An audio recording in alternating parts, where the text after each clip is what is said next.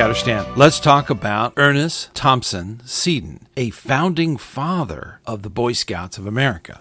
Ernest Thompson Seton, as one of the founders of the Boy Scouts of America when it first started here in the United States, had a multifaceted career as a naturalist, an author, and an artist.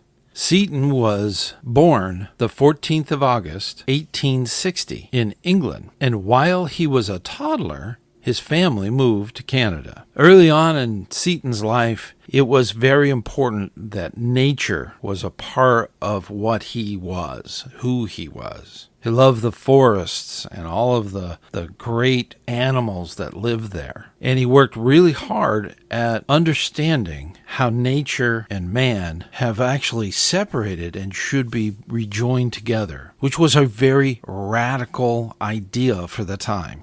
His love of natural history and art shone through in all that he did. And throughout his childhood and early adult life, the United States was starting to recover from the Civil War. And he did so many other notable works, books, writings that he did. And in 1893, Wild Animals I Have Known, breakthrough book. And it was really controversial to think of nature and naturalism and all of those things at that time.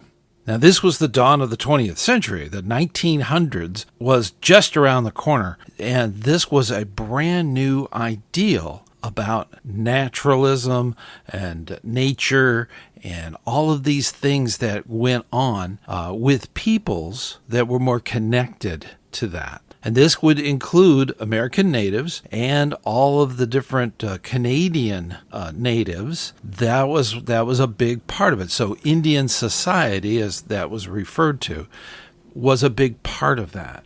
America was going through a lot of new changes, things that were of the 1800s, now being the 1900s. Things were changing. It was a new era within America, rebuilding from its struggles with the Civil War.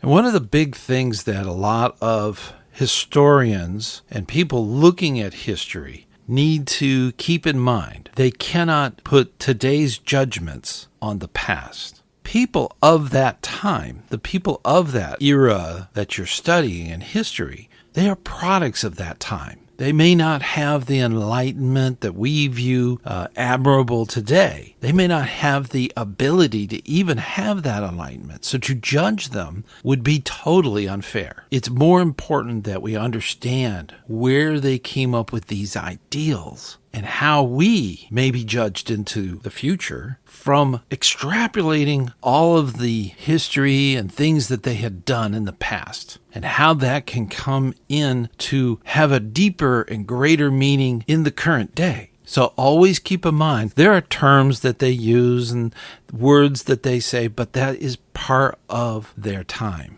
Luckily, history writes it all down. So to look at it without judgment, you will gain more insight to what their mindset was, how their agenda and how their process of working things through. That was very important to understand. Now with Seton, he wrote a book in 1903 called Two Little Savages, and it was very groundbreaking in regards to conservation, and the conservation movement was gaining momentum at that time. Now, Seton also was heavily involved with Campfire Club of America in 1897. He hosted several of the club's events and started to go towards American native traditions in honor of their conservation and natural history. The conservation movement had an impact to wildlife study and protection. In 1903, the formation of the Woodcraft Indians was established by Seton as a youth organization focusing on conservation and naturalism through emulation of the American native. This laid the groundwork for the Boy Scouts of America in the future. Starting around 1908, 1909, William Du Bois and Seton got together and using using Baden-Powell's writings, was able to come up with an American version of scouting. Seton, being a prolific writer and artist, was able to illustrate and write a great deal of the very first handbook for the fledgling BSA. It was a natural progression from his Woodcraft Indians organization, where the youth could easily be assimilated into the new Boy Scouts of America, which was established officially in 1910. Seton presumed the position of Chief Scout of the Boy Scouts of America at that time. Now, Seton had an emphasis on outdoor skills, natural studies, and Native American Indian lore, and this crossed over into the scouting program at that time. Now, there were many differences between the Baden-Powell's version of scouting in Britain compared to the newly formed Boy Scouts of America. The philosophies within Baden-Powell's writing were more organized towards leadership, self-sufficiency, and service. Now, Seton, to facilitate his Woodcraft Indians, published a book in 1906 called the Birch Bark Rolls, and focused mainly on nature studies and Native American Indian lore. Now, naturally, combining these two things together through Boy Scouts of America became kind of problematic. There were some things that needed to be changed. And over the following years, from the Boy Scouts of America establishment in 1910, there had to be some changes made. Now, internally, there was some great things that happened and bad things that happened. One of the great things is that there was a new organization of the core of the Boy Scouts of America. This included James E. West coming in as the Chief Scout Executive. And there were many other founding individuals that were involved in scouting at that time. Now, there were some real basic issues that they still needed to finalize. One of the main ones that was brought up time and time again was that Seton was British-born Canadian, and his lack of having the citizenship of America became a constant source of problems.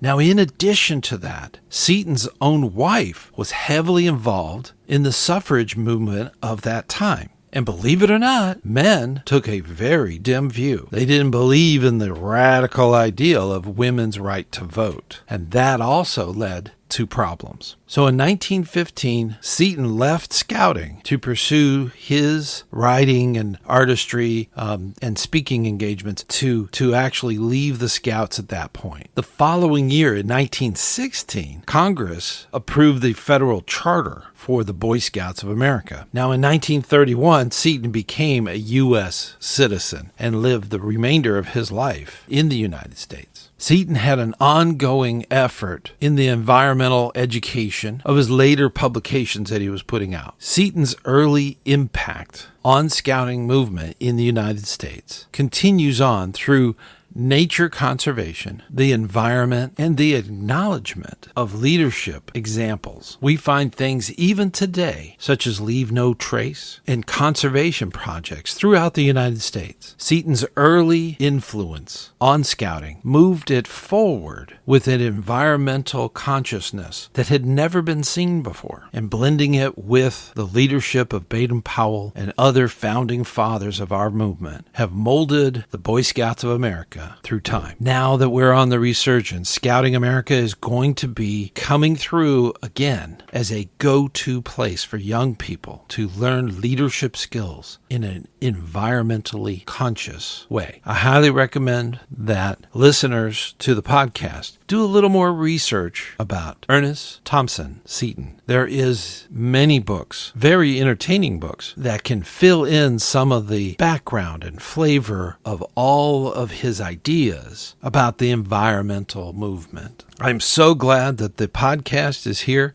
so that it can kind of give you an opportunity to do a little more research about subjects that not too many people know about. And until next time, I'll see you on the trail.